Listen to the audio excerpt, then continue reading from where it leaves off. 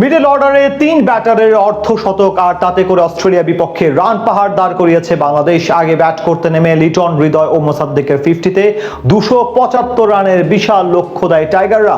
জবাবে ব্যাট করতে নেমে শুরু থেকে ব্যাট হাতে ঝড় তোলে অজিরা। তবে টাইগাররা অবশ্য ছেড়ে কথা বলেনি, বল হাতে জবাব দিয়েছে চোখে চোখ রেখে। সেখান থেকে হোয়াইট ওয়াশ এড়াতে পেরেছে কি অজিরা, নাকি ইতিহাসে জন্ম দিয়েছে বাংলাদেশ? সেটাই জানবো এই রিপোর্টে।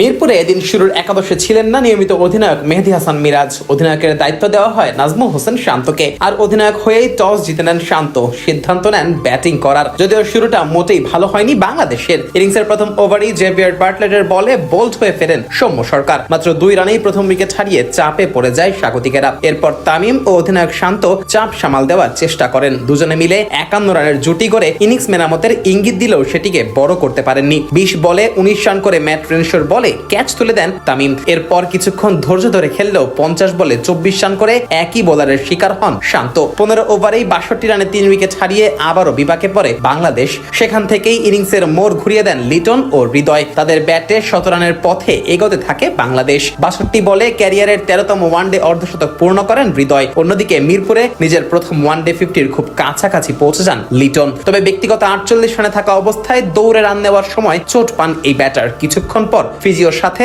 মাঠ ছাড়তেও বাধ্য হন তিনি। পরে ইনিংসের শেষ দিকে আবার ব্যাট করতে নেমে 78 বলে 58 রানে অপরাজিত থেকে ইনিংস শেষ করেন লিটন। লিটনের মাঠ ছেড়ে যাওয়ার পর দায়িত্ব কাঁধে তুলে নেন মোসাদ্দেক হোসেন সৈকত। প্রায় 4 বছর পর ওয়ানডে দলে ফিরে সিরিজের প্রথম ম্যাচ থেকেই ছন্দে থাকা এই অলরাউন্ডার আবারও খেলেন গুরুত্বপূর্ণ ইনিংস। হৃদয়ের সঙ্গে 93 রানের কার্যকর জুটি করে ম্যাচের নিয়ন্ত্রণ পুরোপুরি বাংলাদেশের দিকে নিয়ে আসেন মোসাদ্দেক। হৃদয় শেষ পর্যন্ত 88 বলে 83 রানে আউট হন। অন্য প্রান্তে মোসাদ্দেক অপরাজিত থাকেন 51 বলে 56 রানে। তার ইনিংসে ছিল 5টি 4 ও একটি ছক্কার মার। ফলে 300 ছোঁয়ার সম্ভাবনা তৈরি হলেও শেষ পর্যন্ত 50 ওভারে 4 উইকেটে 274 রানেই থামে স্বাগতিকদের ইনিংস। 275 রানের লক্ষ্য তারা করতে নেমে শুরু থেকেই দ্রুত রান তুলতে থাকে অস্ট্রেলিয়া। তবে ইনিংসের পঞ্চম ওভারেই জোড়া আঘাত হানেন শরীফুল। প্রথমে বিদায় করেন জশ ইংলিশকে, পরে ম্যাট রেনশোকেও ফেরান রানের খাতা খোলার আগেই। অ্যালেক্স ক্যারিও টিকতে পারেননি বেশিক্ষণ। মাত্র 8 রানেই ফিরে যান এই ব্যাটার। তাসকিনের বলে দুর্দান্ত ক্যাচ ধরেন সৌম্য সরকার। এরপর মার্নাস লাবুশানেকে সাথে নিয়ে দলের রান এগোচ্ছিলেন কুপার কনলি। লাবুশানে এক প্রান্ত আগলে রেখে খেললেও ব্যাট হাতে ঝড় তুলছিলেন এই ব্যাটার। মূলত তার উপর ভর করেই জয়ের স্বপ্ন দেখছিল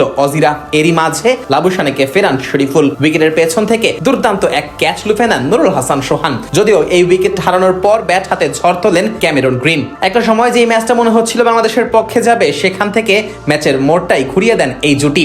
নিজের ওয়ানডে ক্যারিয়ারের প্রথম শতকের দেখাও পেয়ে যান কনলি। আর তাতে করে 275 রানের লক্ষ্য সহজেই টপকে যায় বিশ্ব চ্যাম্পিয়নরা। ফলে 3 ম্যাচের ওয়ানডে সিরিজে প্রথম জয় পায় অজিরা। যদিও এই ম্যাচ হারলেও 2-1 ব্যবধানে সিরিজ জয় নিশ্চিত হয় বাংলাদেশের।